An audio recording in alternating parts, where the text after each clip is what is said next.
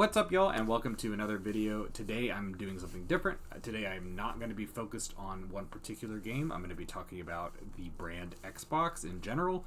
Trying something a little new. I wanted to talk about the news. I wanted to talk about kind of where Xbox is at currently and how all of these decisions that they have made over the last year will shape what Xbox might look like moving forward. Kind of talk about the direction they seem to be on currently. Do I think that's a good idea?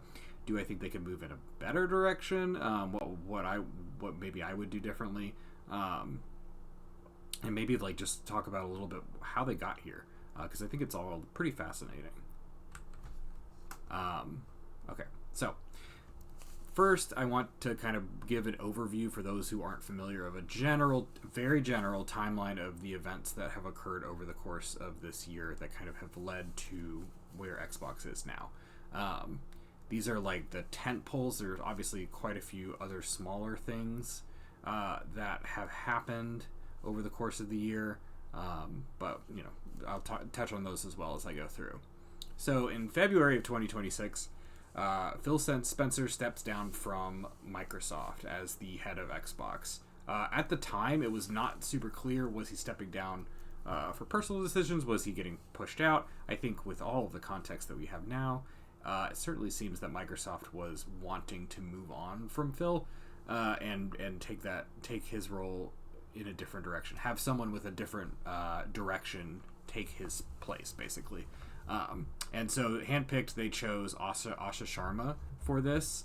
Probably in hindsight, hints that this was more of a soft firing, or like Asha was not coming at all from the Xbox game division. She came from the AI division of Microsoft, which, interestingly enough, like, a lot of the controversy at the time was like, is Asha going to make Microsoft and Xbox like more AI focused? And that was definitely a fear for a lot of people who are, very anti-AI in video games.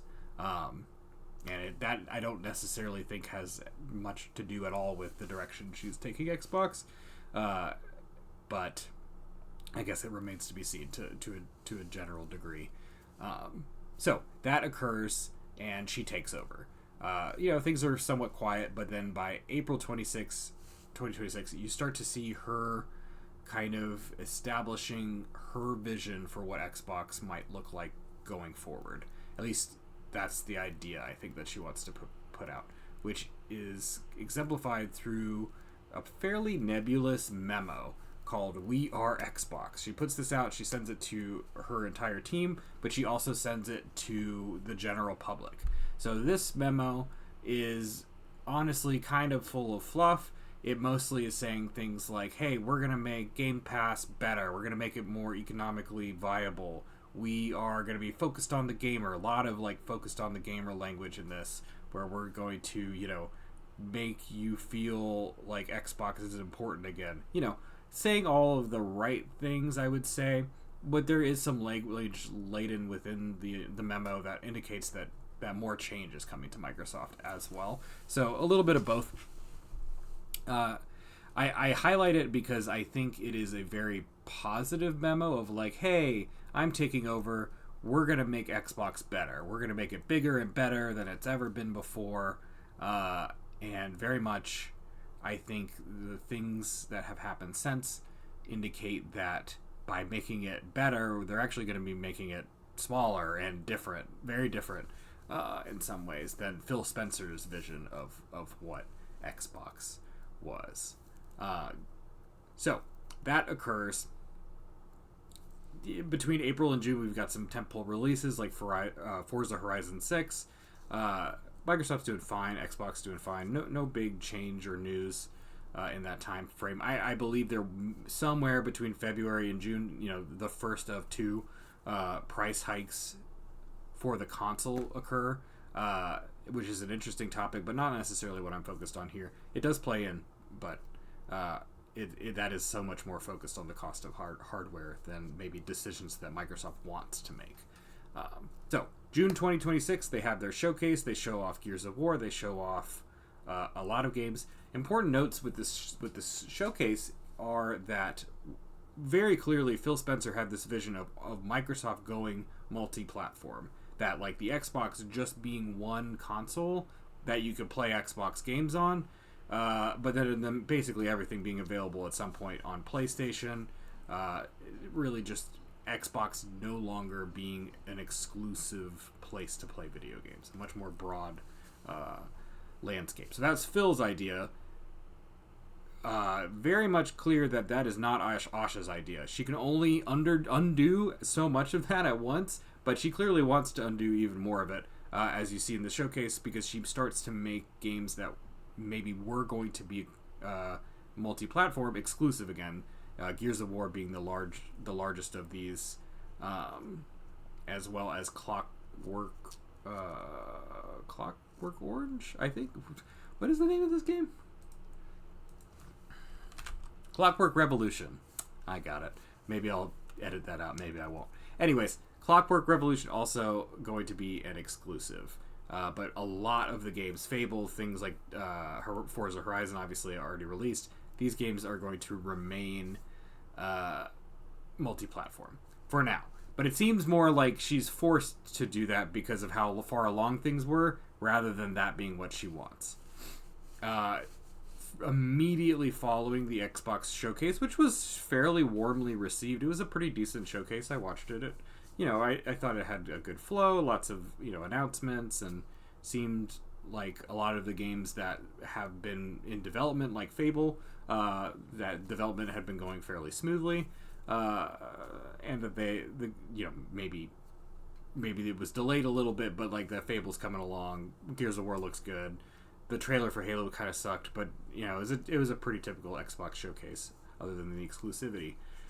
Right after that showcase, there were lots of rumors that there were going to be large-scale layoffs at Microsoft, and that some of the games they just showcased, such as State of Decay 3 and a new Senua game, a new Hellblade game, were going to be potentially canceled, or at least that those studios were going to be laid off.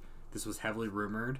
And then not just a month later, a lot of that was more or less confirmed. Those layoffs are going to be occurring, large-scale layoffs, massive reduction in workforce for Xbox. Some studios are getting closed. Most studios have been successfully either transferred to other ownership or have bought back their independence. Places like Double Fine. Sad to see, but at least they will not be completely gutted through this clear change in direction for Microsoft. They're getting out on their own 2 feet, I guess, or at least could potentially continue as a studio. Whereas if they were just canned at Microsoft, that'd be much harder to do. So that brings us to today, which is an interesting spot for Microsoft to be in. They are clearly shrinking their workforce, and they're clearly gearing up to chase some sort of new direction. They're going to try to take Xbox in a completely different direction, I would say, than where Phil Spencer wanted Xbox to go. Phil Spencer wanted this ecosystem. He wanted Game Pass on everything. He wanted Xbox games on every platform. Maybe they play best on console, but on the Xbox console, but you could buy them on your PlayStation, on your Switch, on your PC, on your Steam Deck. It doesn't matter to Phil. He wanted the games everywhere, and that was kind of his plan. It seems much more that Asha's plan is to be focused on the Xbox, to be focused on Xbox exclusives, for it to be a much smaller division of Microsoft, more or less. I think it's going to continue to shrink. I think we're going to be down to them just having a few studios, maybe even selling or moving away from owning some of these big, Activisions and King Games, and maybe even moving on from those. I think in a lot of ways it seems that Asha views Microsoft as having a smaller footprint in video games and making it profitable through a smaller footprint. It's just my thought, but it remains to be seen. So yeah, what are they going to be doing next? It's certainly they're going to have less studios. They definitely seem more focused on console exclusives. This is obviously Asha's direction that she wants to go in. So that, kind of naturally seems that it's going to be a focus away from Game Pass. She's already shrinked the price of Game Pass and kind of shrinked what Game Pass offers, just marginally, but, Call of Duty will no longer be a day one exclusive for Game Pass, for example. I think more of that is going to continue. Like, I think Game Pass will look more like PlayStation Premium in a couple of years, where like you get stuff for it, but like honestly, it's probably not a great value. And I think that is kind of part of her vision. I think she sees it as not being super profitable. I would imagine more layoffs will probably occur. I would imagine studios will continue to shrink or be sold. I don't know who's buying. That'll be an interesting issue that they're going to have to navigate. Like, who wants to buy these studios? I don't know. Some studios may just be buying back their independence, kind of similar to Double Fine, but maybe on a larger scale, something like Bethesda, maybe. I don't know. It's really interesting. It certainly seems that her vision, quote unquote, for Microsoft Gaming is one of very small scale. It basically sees it as something that has ballooned out of control and is just not profitable. They also seem this has kind of been pushed back in the news because of all the big news, but they have been like kind of pushing the initiative of backwards compatibility again, trying to drum that up again, see what people are interested in terms of games that are not currently backwards compatible. I'll be really interested to see how that goes. I would love for Microsoft to actually put their weight behind that and do some things that other places have not been able to for backwards compatibility, especially for licensed products, just because Microsoft has the capital to get the licenses needed to do what they need to do to get those games brought back to playable on current machines. Things like old Lord of the Rings games or Harry Potter games or whatever, things that have been lost to time, kind of. So do I think all of this is a good idea? Will this work? I think there's some positives and negatives to this new plan. But I really worry about this console first direction and console exclusive direction that Asha and Microsoft seem to be pushing right now. Consoles are really expensive and kind of an antiquated way of playing video games in a lot of ways. And I don't mean people aren't going to buy consoles, but I think that, I kind of more side with Phil's perspective of these console wars, I think really kind of are in the past. People will either be buying, an Xbox and they already have a computer, or maybe they buy a PlayStation and a Switch. I don't necessarily think there's as many people that are focused on this is my one console and I want exclusives for it. I think people might, people even that can only afford one console, which makes sense, they're expensive, kind of would rather prefer just being able to play whatever they want. I don't think this brand loyalty thing is really going to get them very far. It may win back some of their hardest of hardcore fans, but quite frankly, those people probably aren't the people leaving Microsoft and Xbox right now and looking for PlayStations and PCs. They might complain about it on the internet, but I don't necessarily think that console exclusivity for key titles is making any sort of difference for their buying decisions, but I could be wrong. I think PC and how easy it is to make a computer now, and in terms of gaming PCs are everywhere and are frankly around the same price in a lot of ways as an actual Xbox, especially with the price hikes of Xbox. I think with that, it's really hard to be exclusive. They made the decision a long time ago, even earlier than a lot of this Game Pass stuff, that Xbox games would release simultaneously on PC. That does eat into the power of any sort of exclusivity, because so many people have gaming PCs or access to a computer that they can play games on. So I think that's overall, I think it's a good thing that games are available on PC and Xbox.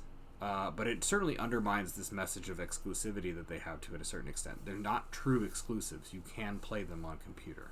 I think Game Pass was actually pretty successful. A lot of people have it. I would love to see numbers on how many people that own an Xbox also own Game Pass. I bet there's a huge overlap because it is a really good value. Perhaps too good of a value, and perhaps they were losing money on it.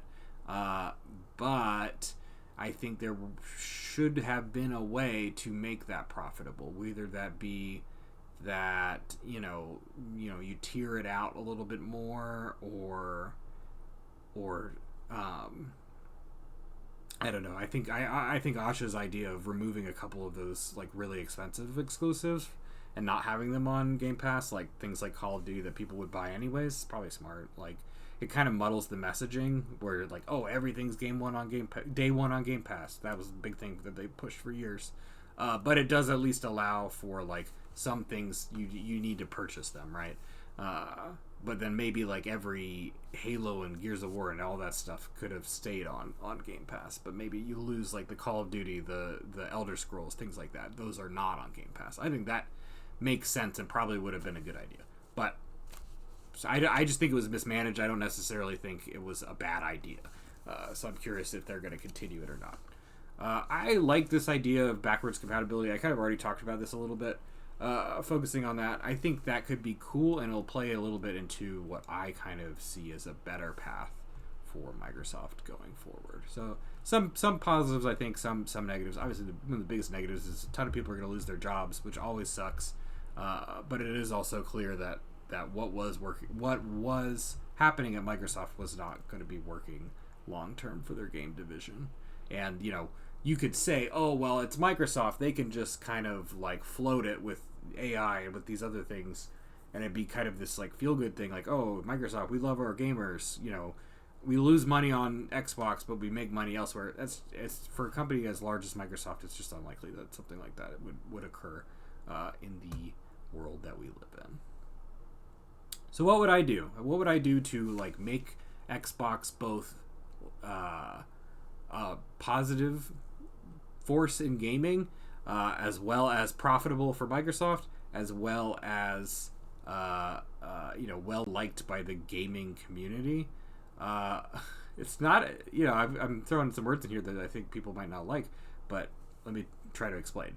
I am saying they need to Rolexify both Xbox Game Studios and the console. What I mean is they need to make this brand feel important, feel like a achievement, or like a aspirational place to play your video games.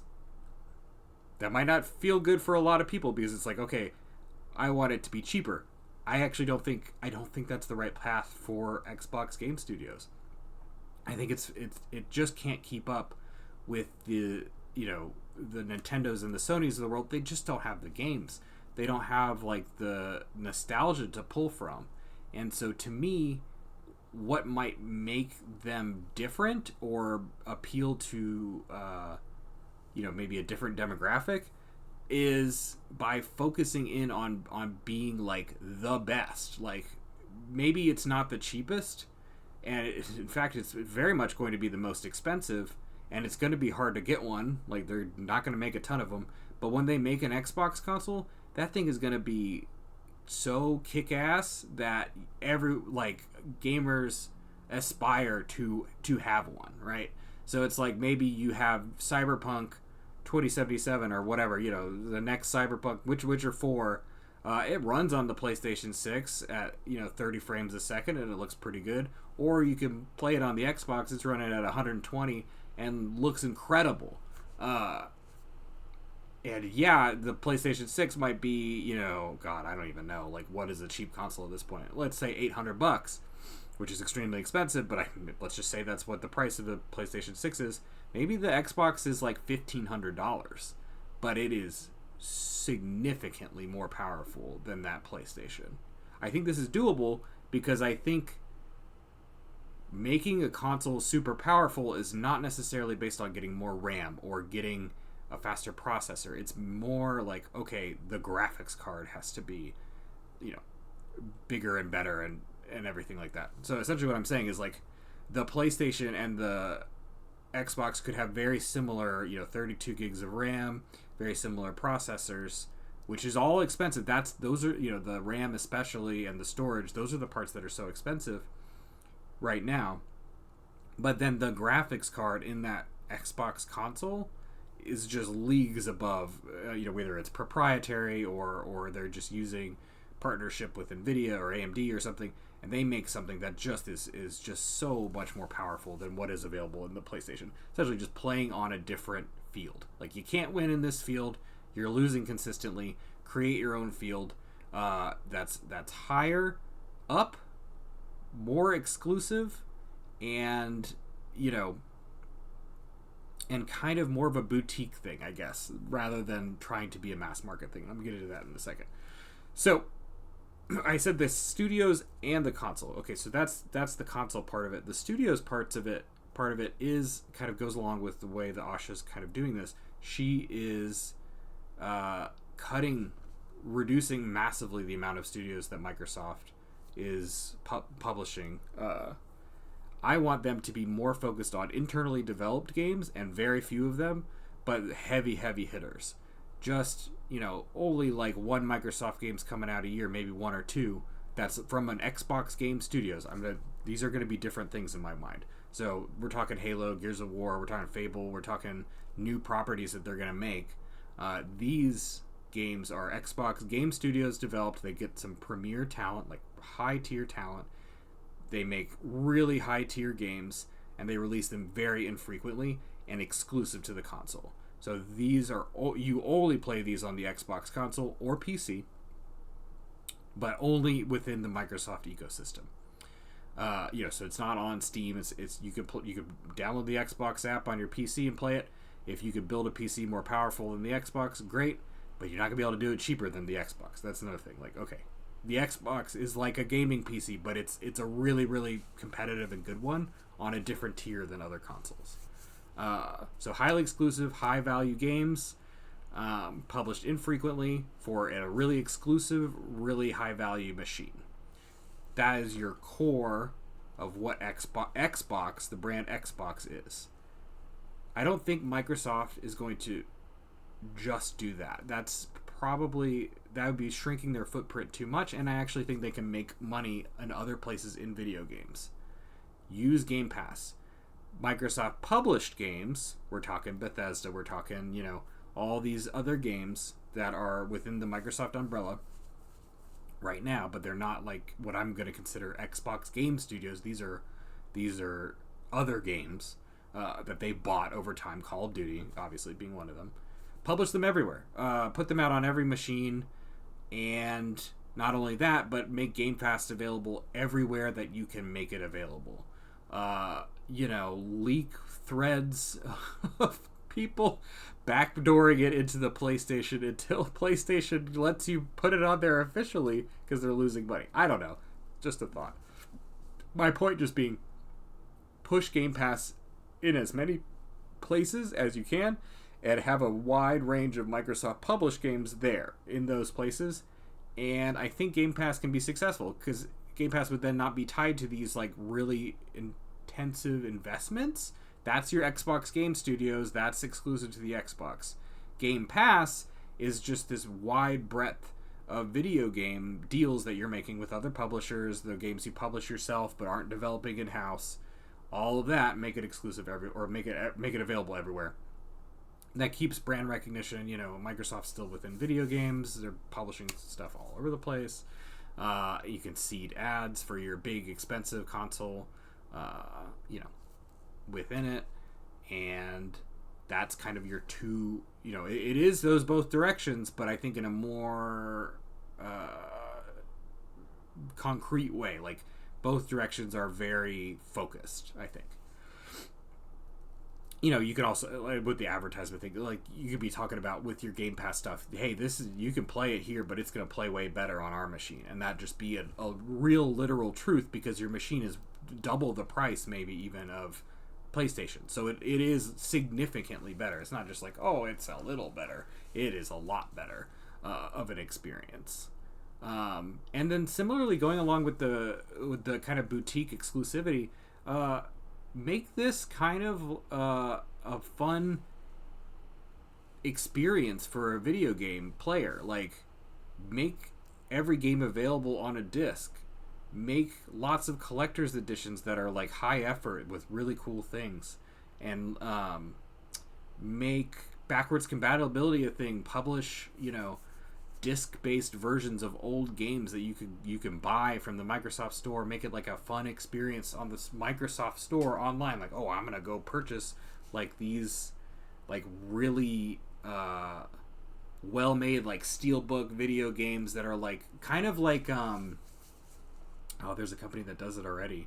I cannot think of the name of them, but basically just like making every physical purchase of a game feel substantial and kind of tying that into your brand as an antithesis to Sony, who is currently no longer going to be doing physical media. Make it part of your thing of like, this is the exclusive, quote unquote gamer club over here at Microsoft, where you can play the games on the best console, and they're gonna look the best, they're gonna run the best. We have really expensive, cool exclusives that you can only play here, and kind of do that.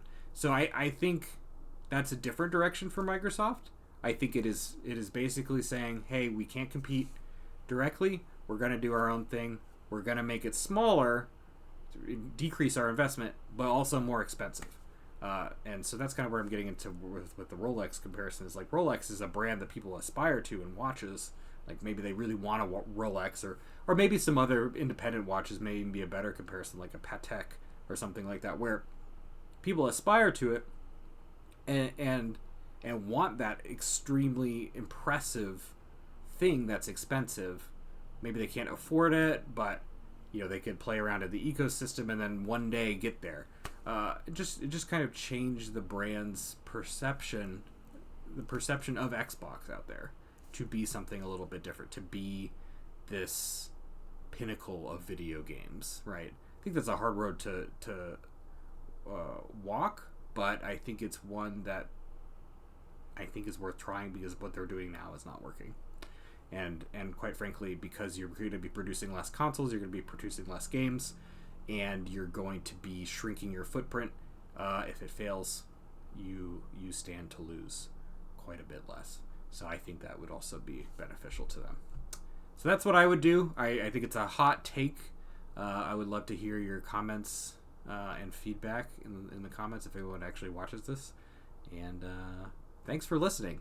And I hope to see you in the next video.